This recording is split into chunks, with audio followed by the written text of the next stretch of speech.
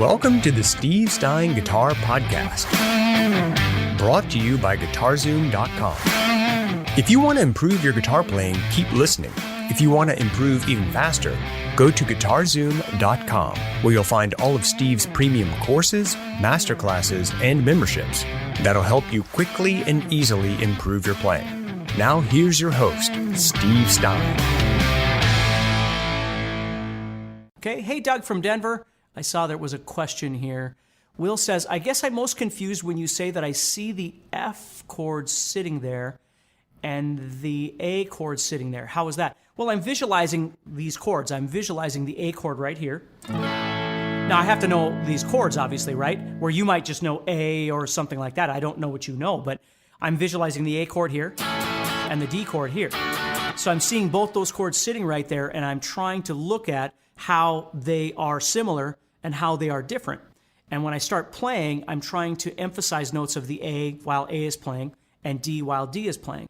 And then when F sharp minor comes up, I'm doing the same thing. I'm trying to find an F sharp in this position. I don't want to go all the way down here right now.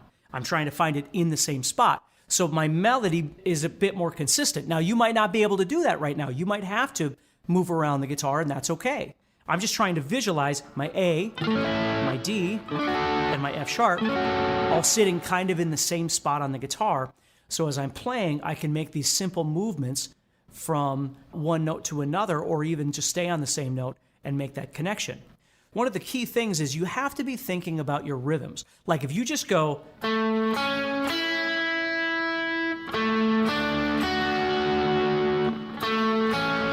it might sound really nice, and it might make for a good little chord thing. Like I think about when I used to play in a large church, and a lot of times you're comping chords, like somebody else is doing a strumming or something like that, and you're just trying to make something.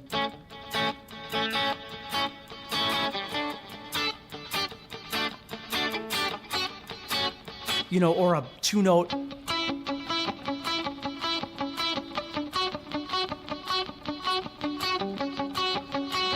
You know, some sort of little thing behind whatever you're doing. That's a really great place to do that. Right now, we're not really talking about that, but these chords work great for that. So as I'm playing, what I'm thinking about is going back to our last discussion. Okay, as I start doing this, can I do something different with my rhythm, right? I might go.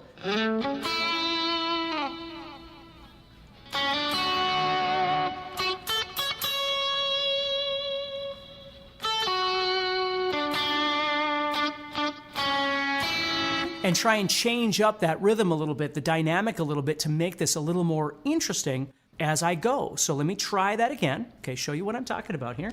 So just using those same three chords, those same shapes that I just showed you, but just trying to make it sound a little different.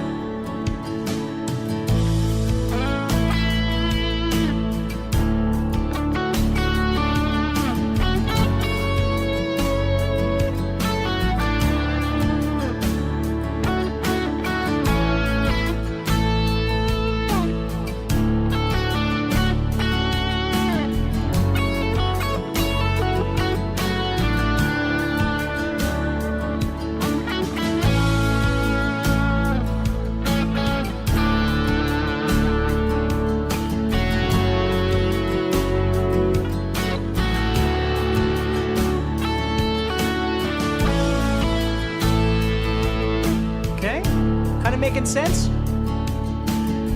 Now, the truth is, that's still not enough to get us to the place we want to be, but it's a wonderful start. Now, before I move on to my next idea, what I want you to understand is I could go other places and do this exact same thing if I know my fretboard well enough, okay? So if I did something like this, if I went up to, let's say I went up to A right here. Now again, don't get weirded out. I'm playing an A chord with a C shape. Now, you have to know your cage system to understand what I'm doing here, but it's really not that complicating. I just want you to understand, if I move here, so there's my A chord with my C shape, okay? And then I've got a D chord coming. Well, my D is sitting right here. Here's a 6-string bar chord. Okay? And then I've got my F sharp minor. Well, what am I going to do with that? Well, my F sharp minor would be sitting here as well. That would be right here.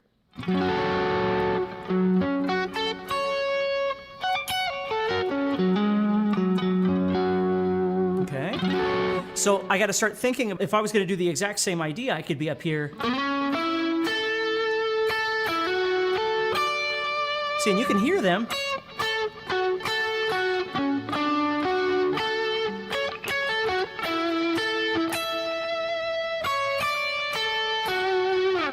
You might want your solo to sound exactly like that. That might be exactly what you're looking for. For me, I need a little more of something else, but this definitely gets me into the ballpark, okay, of trying to build something where I'm visualizing these chords. And I could do this anywhere I want. And of course, I could move back and forth. I could start here, doing my A, and then as D,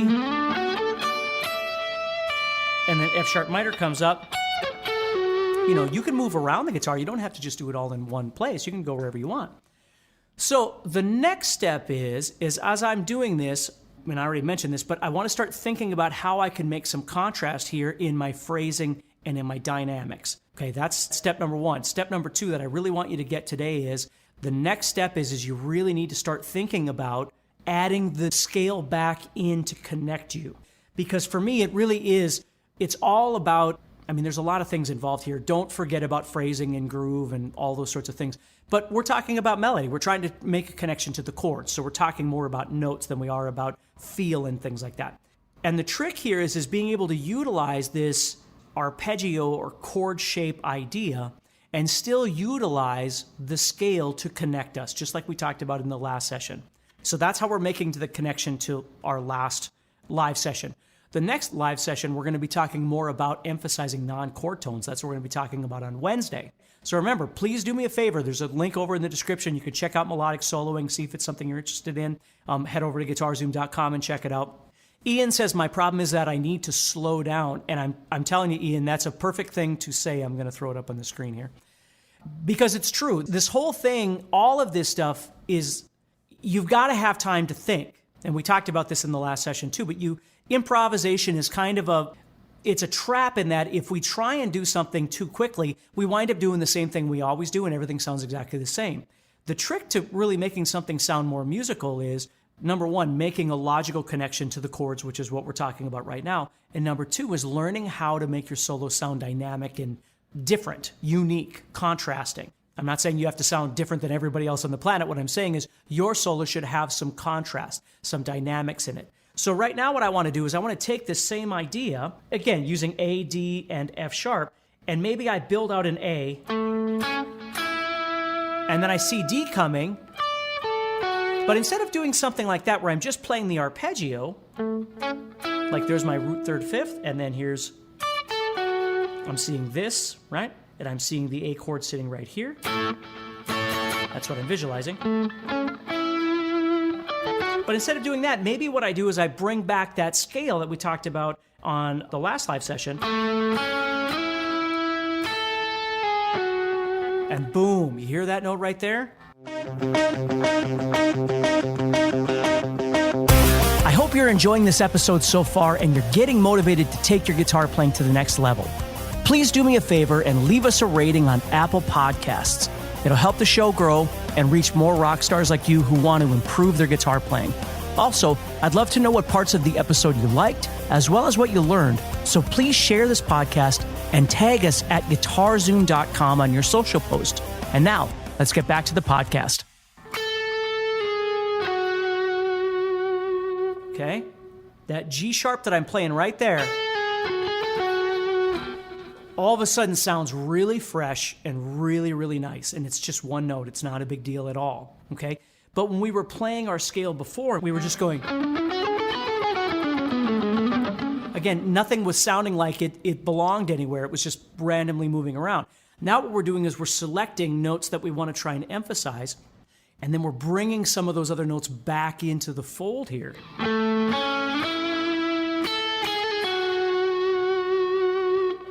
You see, that's good.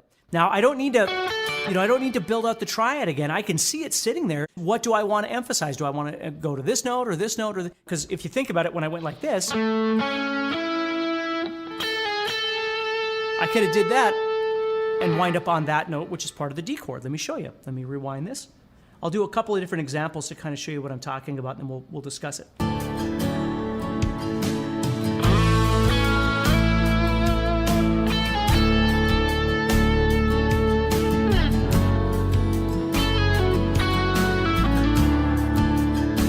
watch this one.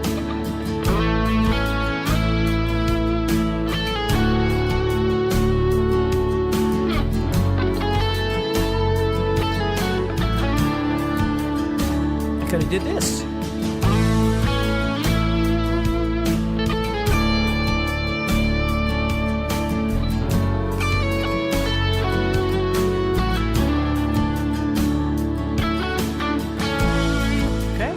So let me kind of explain to you, all I'm thinking here is I'm visualizing this D chord sitting here. Okay? So as I play this arpeggio of A major, I know I want to get over to D. So what I'm doing is I'm just playing this, adding in this note from the A major scale, and then deciding, am I going to go to this note, or this note, or this note, which are all part of that D chord. But in doing this, now all of a sudden I'm bringing back what I was talking about before, where I'm really trying to combine this arpeggio idea with the scale idea. I'm not just playing the arpeggio and I'm not just playing the scale. I'm trying to emphasize notes of that arpeggio, and then I'm bringing back the notes of the scale to give it some color, to give it some uniqueness. Because if all I do is play those arpeggios, that's going to sound really old after a while. When you first start doing this, you might have to do that over and over and over for a week or 2 weeks or a month or 6 months or a year, whatever, right? Again, I always tell people, my 2 things that you got to remember, number 1, practice on the days that you eat. And number 2, the guitar will win. You'll die before you ever figure out everything about the guitar. It's impossible to figure it all out. But you find the things that you want the most, okay? And those are the things that you try and study. So as you're playing, I'm thinking about... Okay, now I know F sharp minor is coming, so what I would love to do over the F sharp minor, I would bend to this note right there, just because I would.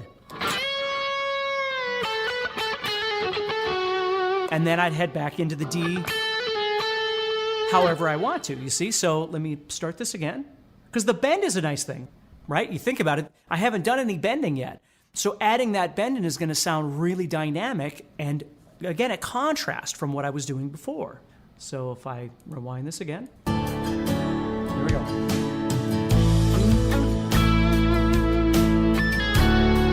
Here we go. D. That makes for a nice little melody I could do again.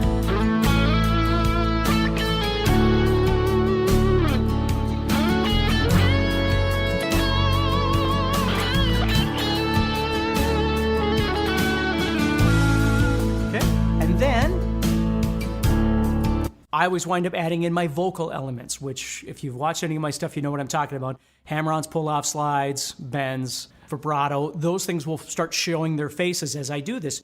Because once I've built this out, I'm adding a little bit of palm mute here. Changing that up so the rhythm's not just going. I'm trying to change that up. Little palm muting.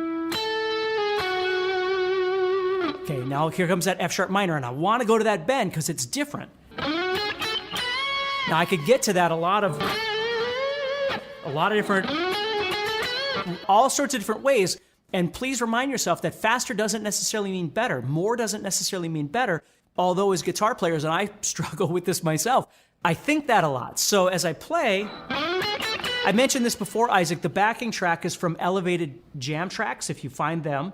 And the track was called, the album that it's on is called Deep Atmospheric Ballads Collection Volume 2. That's what it's called. And the track that I'm playing right now is Dramatic Ethereal Ballad Guitar Backing Track in A. So that's what it is, okay? Throw them a little money, they would appreciate it, and you're doing a good thing. So anyway, so if that makes sense, that's what I'm doing. So as I'm playing this, here comes that F sharp. Here comes D again, but I don't want to go, I don't want to do that same thing because I just did that. So I might, right, do something else to get out of that. Or I might even keep going. I might move up.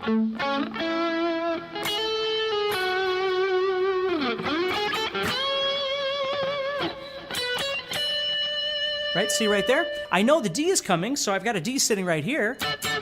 So I might build up. There's my F sharp. See that? And then back down. Move into something else. So that's a really great way of being able to utilize arpeggios to start building out some basic ideas of how you're going to connect these chords together. And the single most important point of all of this is, if you've never done this before, for the first time, you're giving priority or hierarchy to certain chords at certain times. Where when you just do this, and I'm not saying that good stuff can't come out of it, but what I'm saying is you're just lacking in melody. If I do something like this,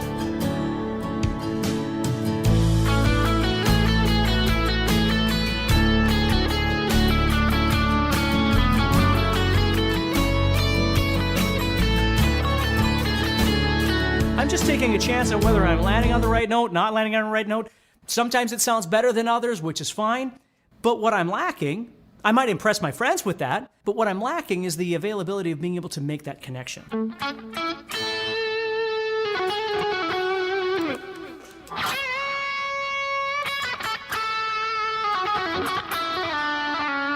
Whatever it might be. So hopefully that makes sense to you. What we're going to be doing on Wednesday is we're going to be talking about emphasizing non-chord tones, so not the triad for each one of these. Not all the time anyway. So we're going to step outside of that a little bit and start trying to add some of those to, again, create even more color in what we're doing. So hopefully that makes sense. Please do me a favor, everybody. If you get a chance, click on the link that's over in the description or over in the chat. You can always head over to guitarzoom.com. It'll be over there, but we're talking about my melodic soloing course, and I could sure use your support. And if you don't already subscribe, please do that. And I'll see you again on Wednesday at the same time. So practice, stay positive, and I'll see you very soon, okay? Bye, everybody. If you enjoyed today's podcast and want to learn guitar even faster, go to guitarzoom.com and click the Get Started button to get access to courses that are right for your interest and skill level. Again, go to guitarzoom.com and click the Get Started button.